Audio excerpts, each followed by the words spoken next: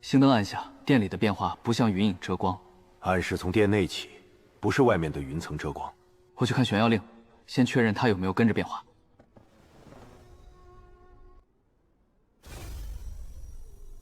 手还没碰到令密，寒意逼到万骨。令中的力量正起势，别触碰中心。让天观星盘先替我们试探。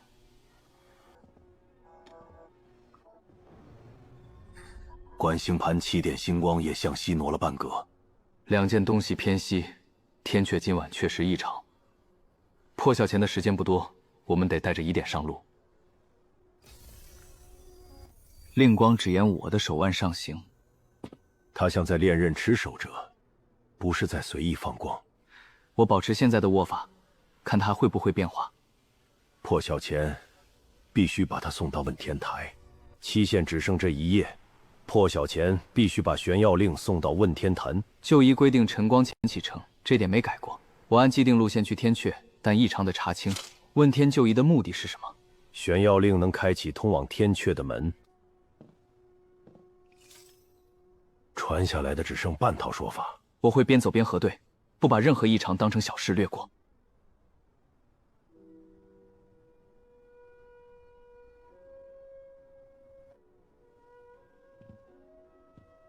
您没解释全部，是因为自己也在怀疑吗？我确实有疑问，但眼下得保证玄耀令送达。我去处理殿中事务，你留这里等阮清汉。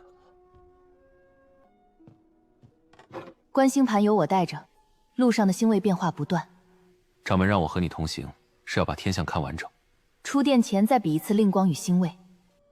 西一颗正违背常理的反向向东回退。西夷星点里有一颗反向回退。普通开门天象不出现相反方向的星点，这颗逆星都要盯住。事不宜迟，我们即刻动身。星轨已乱，我需先推演方位。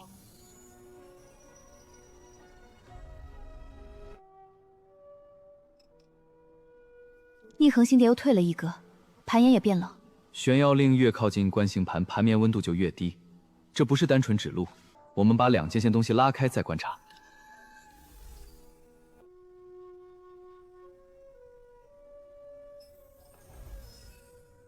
距离拉开后，盘面立刻回暖。玄耀令确实在干扰观星盘，保持一臂见敌，后面变化才露出互相影响。盘面露出半面就够，我走路时也能看星位。盘面保持可见就够，你不必反复收放。出殿后只要逆星跳动，你马上告诉我。云海向西塌陷，玄耀令光也增强，两种变化方向一致，西侧正主动牵引它。天却不是被动等候，我们下云梯后要更谨慎。门一打开，逆星就乱跳，外面的牵引更强。山峰只是表面，变化来自门外西侧。我先踩稳门槛，你看清盘面再跟。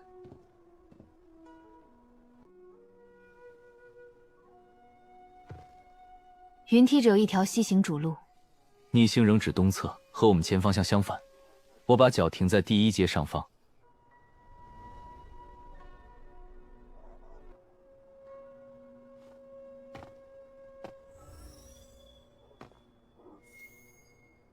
下行路线已确认。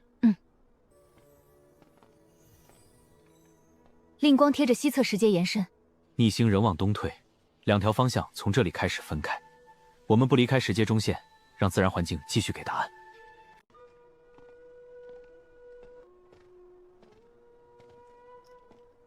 高度越低，逆星越亮，变化和下山距离有关。这说明地势本身也在用观星盘反应。把这一条记住，到了水边再用江流做第二次对照。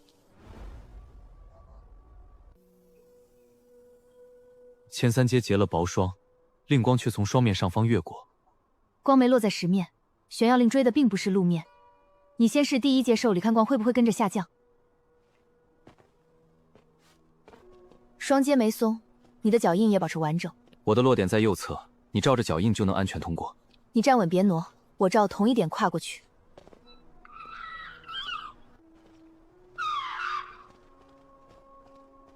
叶鹤全逆着西风向东飞，他们像在避开西侧某种东西。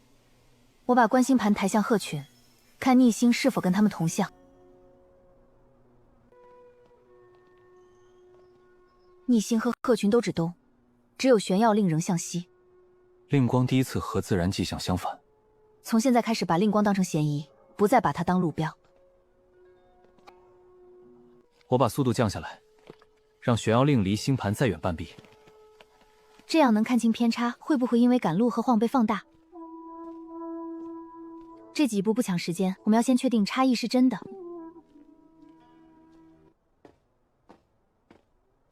商守藏命我来催你们，问天坛不接受途中停留。催行可以，但你得说清楚他为什么突然盯得这么紧。七玄州旨在玄耀议令，按时到坛。你收到的命令只有送达时限，确实没提异常。我们刚发现令光和星位相反，这件不能绕过去。玄耀令方向没偏，我还是牵向继续赶路。星盘已经连续逆行，不能只看一件道具。我会把异常一起到天阙布置送达时间。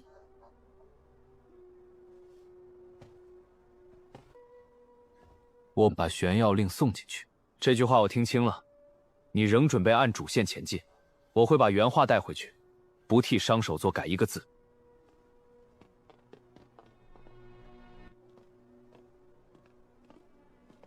邵林窗离开，他一定会把我们的态度带回去。让七玄州知道我们在查。继续下山，但净沙和水流的发现先别提前透露。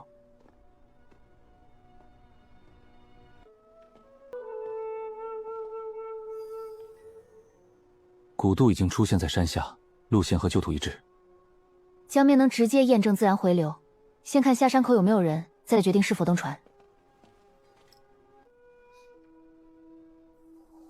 自然地脉可能偏向东侧。到古渡后看水流，看看东向像是不是连续规律。左边石阶踏空，我从完整右侧跨过去。我看清你的落点了，不踩到裂口边缘。你站在完整台阶等我，我跨完再继续往下走。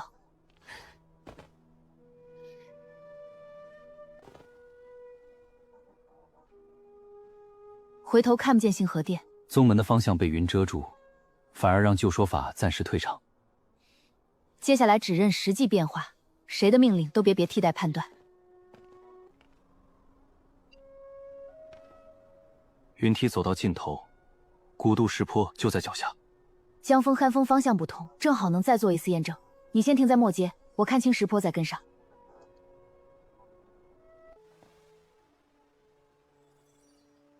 逆星顺着江水向东，和叶鹤保持同向。两个自然迹象已经重合，把结果记住，再看渡舟会不会被水势带偏。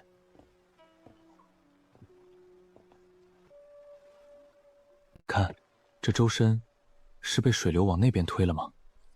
是那边。这水流暗藏漩涡，要小心。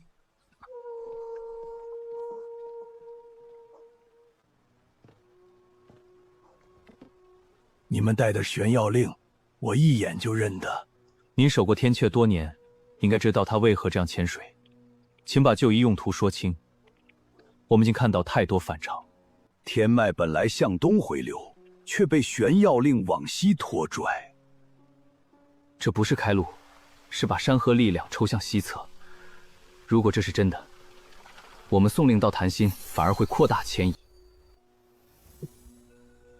你一抬高玄耀令，暗金光就立刻收窄。这个反应说明他确实在追着水脉。后面的水路保持高度，别再让令光压住水面。东，江流正常，异常从头到尾都跟着玄耀令。我们的怀疑有了第二个支点。问天旧仪原本不是开启天阙，而是确认门影没有越过人界。他不是把天阙打开，而是发现门影后让他退回。是谁改动了旧仪？10年前，七玄州曾来此查过旧守门记录。10年前，思玄朝来查过旧守门记录。他查完后，从没向宗门提过旧仪用途。我会把这件事记下，到了问天坛再让他亲口解释。净月峡的天然石脉不听任何人的命令。如果净沙只认地脉，他正好适合做第3个实证。我们按原路线去天阙，用净沙把河流判断做实。老人说的旧仪用途和星盘结果能对上，但净月峡还没验证，证据链还缺最后一环。我接住西周绳，我们过江时把两边线索理清。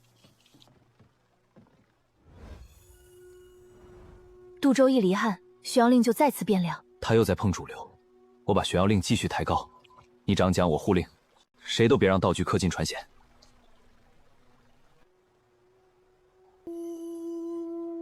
令光向西，逆星向东，两个方向彻底分开。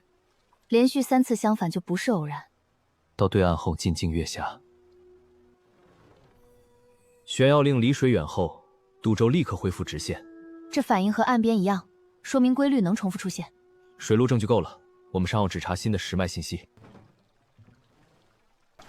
西岸靠稳，我先上岸给你留出落脚位置。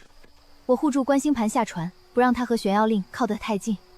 我们走到净月峡入口外停住。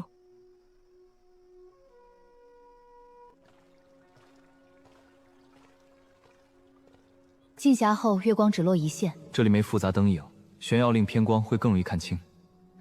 把令光和月线放在同一画面里。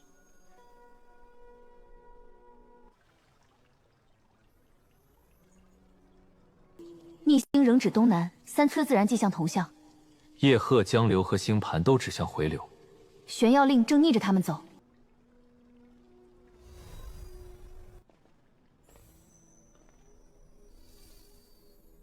左臂净沙突然大片发亮，这种差异不是月光城。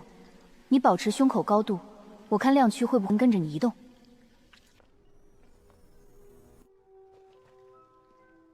石壁只对玄耀令位置响应。再后退2步，拉开距离，看亮区是否会主动缩小。退开后，亮区缩成细线。古渡和峡谷得到同样结果，这里不再停留，我们只待能证明规律的新证据。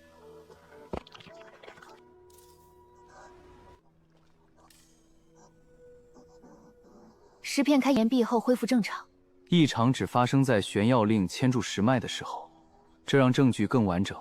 石片本身不是问题。桥下潜水又慢下来，令光正压向桥墩根部。这里是新的地脉节点，但规律和前面一致。直接过桥，别在这个节点继续停留。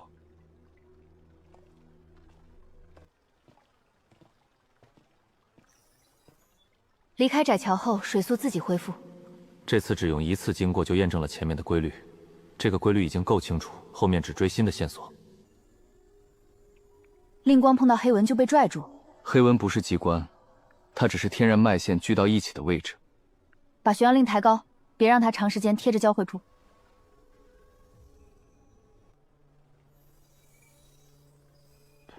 距离拉后，黑纹附近的亮点逐个吸下去。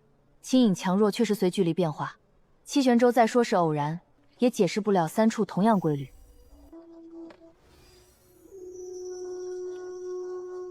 净沙片出现2道反光，一边顺自然回流，一边跟着玄耀令向西牵引。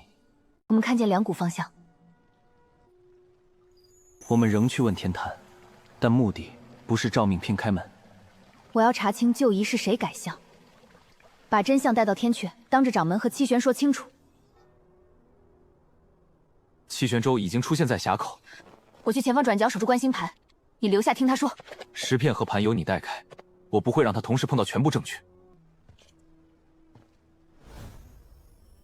你们在净月峡停得太久，峡中出现了和玄耀令有关的地脉牵引，这些反光不是闲事，旧仪如有误就别继续。净沙石片记录了令光牵引，一块石片不能说明全局，那就到天阙看完整证据。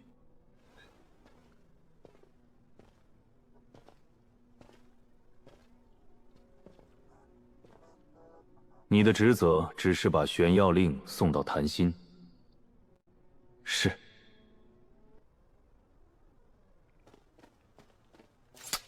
他否认牵引，只反复催我们把玄耀令送到谭心。这比辩解更说明问题，他怕我们继续补全证据。我们走到石林入口再停。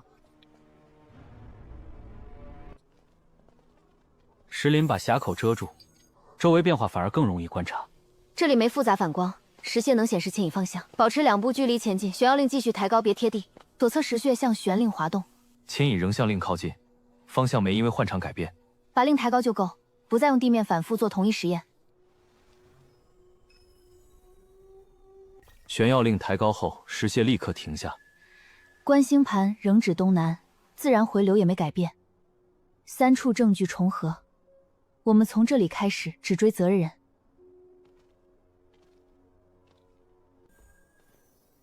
金沙司掌心再次出现双向反光，玄耀令的牵引从峡谷带到石林仍没有停，所以玄耀令绝不能直接交到谭心。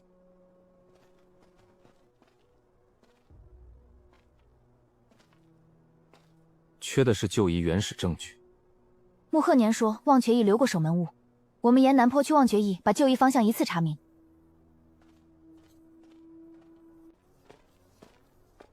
这块净沙不是随手捡的，它记录令光牵引，我会亲眼看反应，不只听你们口头解释。你做一次抬高和放低，我就在原位看结果。令放低时石穴靠近，抬高后立刻停止。你亲眼看见因果，我们不是故意拖延行程，这是停下来查证的理由。我只接到催醒命令，没有听过玄耀令会牵动地脉。商首座从没告诉我玄灵会牵动地脉，你的命令确实没提天象和地脉。你可以回去追问来源，也可以继续看完证据。我不会替任何人挡住已经出现的证据。你愿意让路，就去查清自己的命令从哪里来。我会查明来源，你们继续去忘却驿。亲眼看见比争辩有效，他开始怀疑七玄州的命令。忘却驿如果拿到的原证，他就有理由彻底转向。这片空地没石屑，像长期被牵引清走了一层。下面可能是地脉，我们不在这里停留做试验。贴着边缘快速绕过去，避免玄耀令继续压在上方。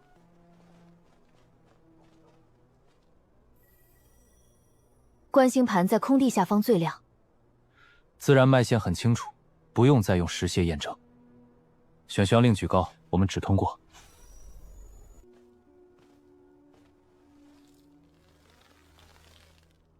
抬高以后，边缘石屑停止滑动，这说明我们能用距离降低影响。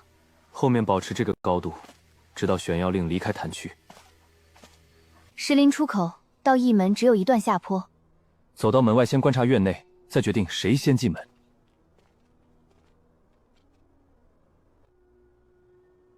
驿门暂时没人守，残屋门却处在半开状态，里面可能有人，我们从正门进入。令光越过驿门，直指井口。玄耀令又在寻找地脉，但我们知道规律。我先停在门槛外，你看清院内，再跟我进去。门内井水受令光影响出现斜纹，你守右墙看院内，我让玄耀令连离军口。进去后先找旧守门记录，不再重复是井水。玄耀令至前井，我会站在井沿3步之外。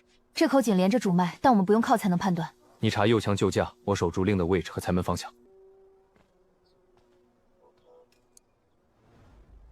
玉前辈，您果然先一步到了。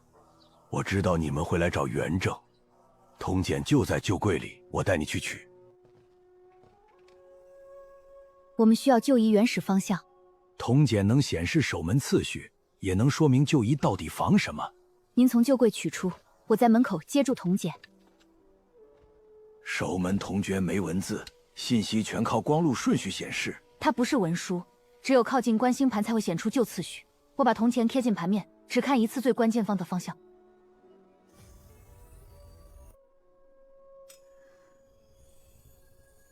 铜简让星光向外扩散，和玄阳令聚拢正相反。旧遗本在阻止门影聚拢，这是原证，玄阳令执行的是反向过程。铜简和观星盘由我分别固定。我留在残屋避开后面的冲突，你们带证据走。我们把原证带到坛前，让掌门亲眼看见结果。铜简证明旧遗方向被改，江流、净沙和原证都指向同验证，统一结论。下一步指上长桥，不再增加与主线无关的验证。铜简靠近玄耀令，暗金光立刻收缩了一圈。这不是力量相克，而是旧次次序正抵消错误牵引。把铜简带到问天台，掌门一看就能判断真伪。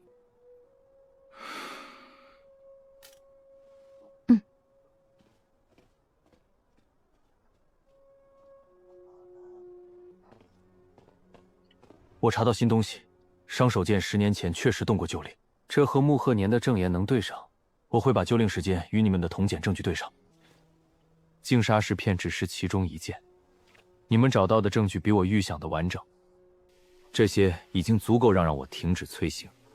七玄州指命我盯玄药令是否按时到坛，从未提过天象与地脉。他怕的仕途中证据被发现，我不再替他催刑，会去查清命令背后的目的。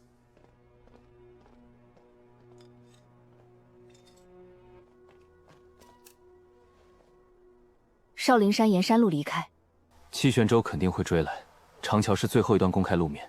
铜简放在腰侧固定，我们上桥时不再频繁取风。长桥已经露出，西端门影也比刚才更亮。玄药令越靠近天阙，门影反应越明显。你停在桥东端，我在后半部看清桥面。观星盘方向没变，改变的只有玄药令牵引。这说明自然地脉没有转向。把这个结论带到桥上，后面不再重复比比星位。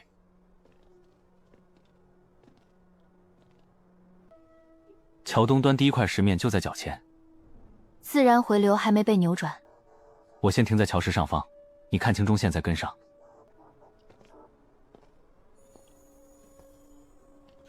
令光刚上桥就碰到远处门影，距离还很远就出现连接，把玄药令保持高位，我们沿中线往西走。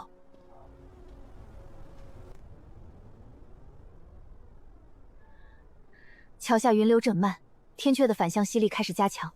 门影借玄药令拉扯天脉，赶在云流彻底倒转前到西门。令光越拉越长，距离缩短就让牵引增强。我看着桥下回流，你只管保持玄药令贴朝面，能加快速度，但两个人的步幅别乱。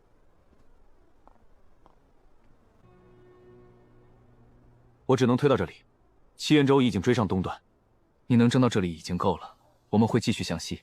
我有退路，不会把自己困在桥上。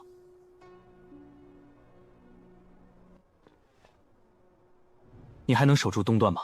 别为了拖延把自己困在桥上。那就只挡路线不缠斗，我们到坛后再会合。我只守住桥中线，不拔剑追击，这样不把事情变成私斗。你们继续向西，我按自己的退路撤。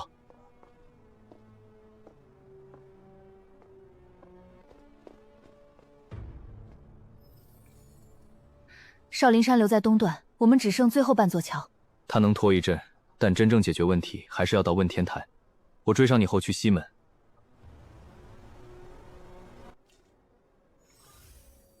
铜简一靠近玄药令，暗金光带立刻缩短1/3。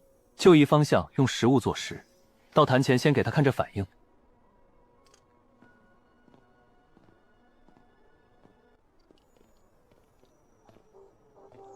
铜剑保持靠近后，令光稳定。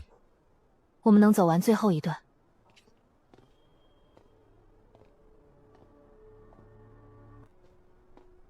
你们为什么拖到现在？问天坛已经接近起义时刻。玄药令在逆抽天脉，我们沿路都在找可靠证据。把净砂和铜简给我看，我先验市政再判断。古渡、净月峡和石林3处都被玄药令牵动。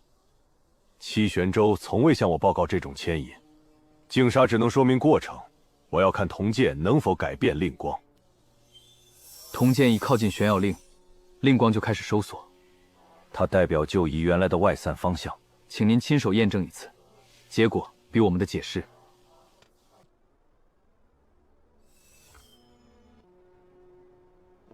门影真的后退了一层，宗门记录和实物正好相反。这不是我们途中误判，铜简正在直接改变令光。旧仪内容确实被人改过，问天坛必须马上下。我回坛内停下现有步骤。我们会带令跟上，但绝不把他送入坛心。任何人都别先开门，先把七元州的步骤截住。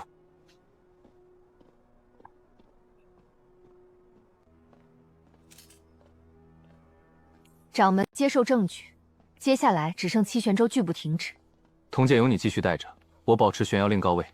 穿过西门以后，我不会让七玄州碰到玄药令。东段有人拦住追兵，少林川争道的距离够我们进入坛内。我的脚停在西门10堑外。进入问天坛后，谭鑫立刻开始吸玄药令，铜简还能压住一部分牵引。沿外圈去找掌门，不进入中央石阶范围。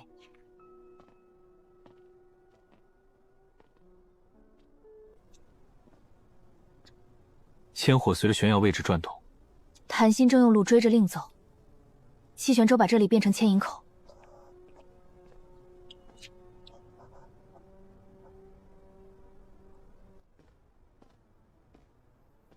七玄州拒绝停移，已经转到北侧高阶。我把玄药令留在外圈，你去切断谭鑫步骤。你守住令和距离，我回内圈找停移入口。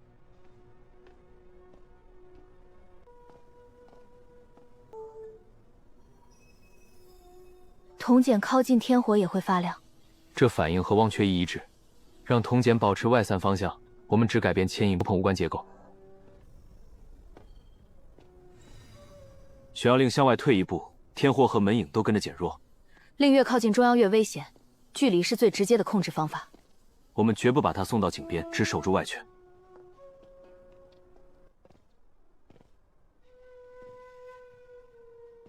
你们最终还是把玄药令带到问天坛了。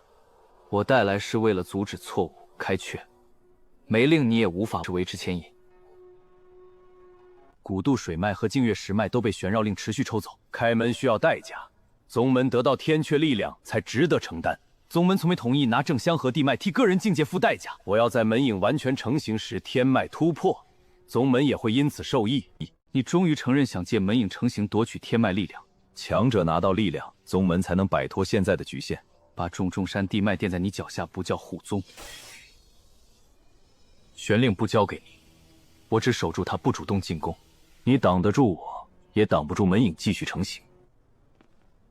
你越逼近，我就越把玄药令带离谭鑫。再退下去，旧仪的启门窗口会彻底错过。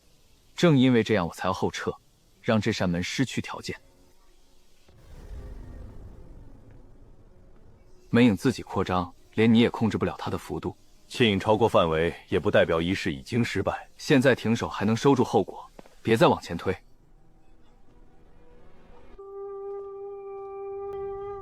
铜简让天火向外散开，就以原来的方向正恢复。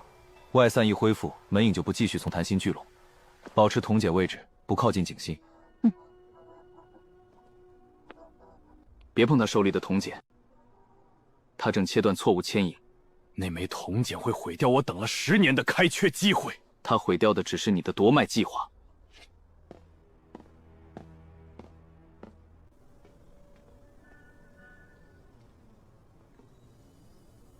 桥下云流重新向东，门影也在后退。我们只要继续保持外散方向，再撑一段就够，不用冒险靠近七玄州或谭鑫。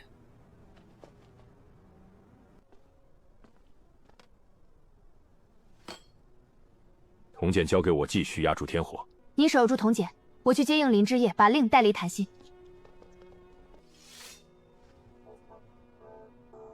北门通往云海绝顶，那里和谭鑫距离最远。你已经收剑入鞘，北门只需要离，不需要再交手。七玄州正赶向北门，他想把最后出口封住。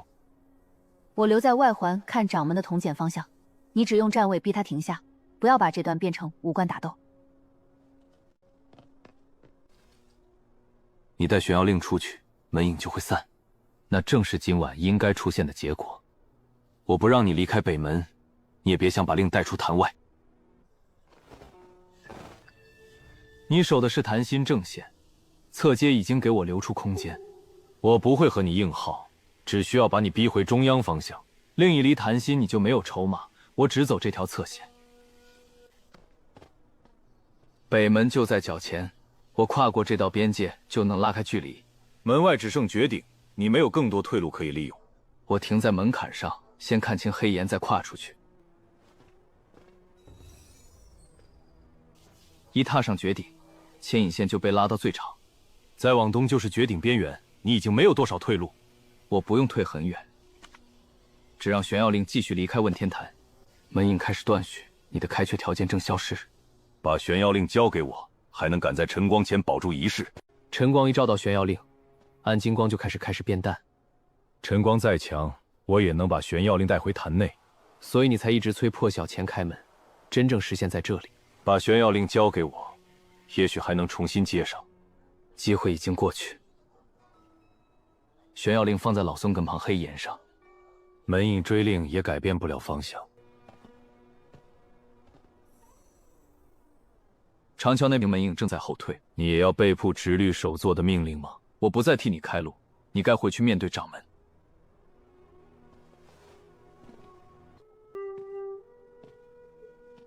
没必要再追过去，扩大冲突，让他回去面对掌门，证据和结果都在这里。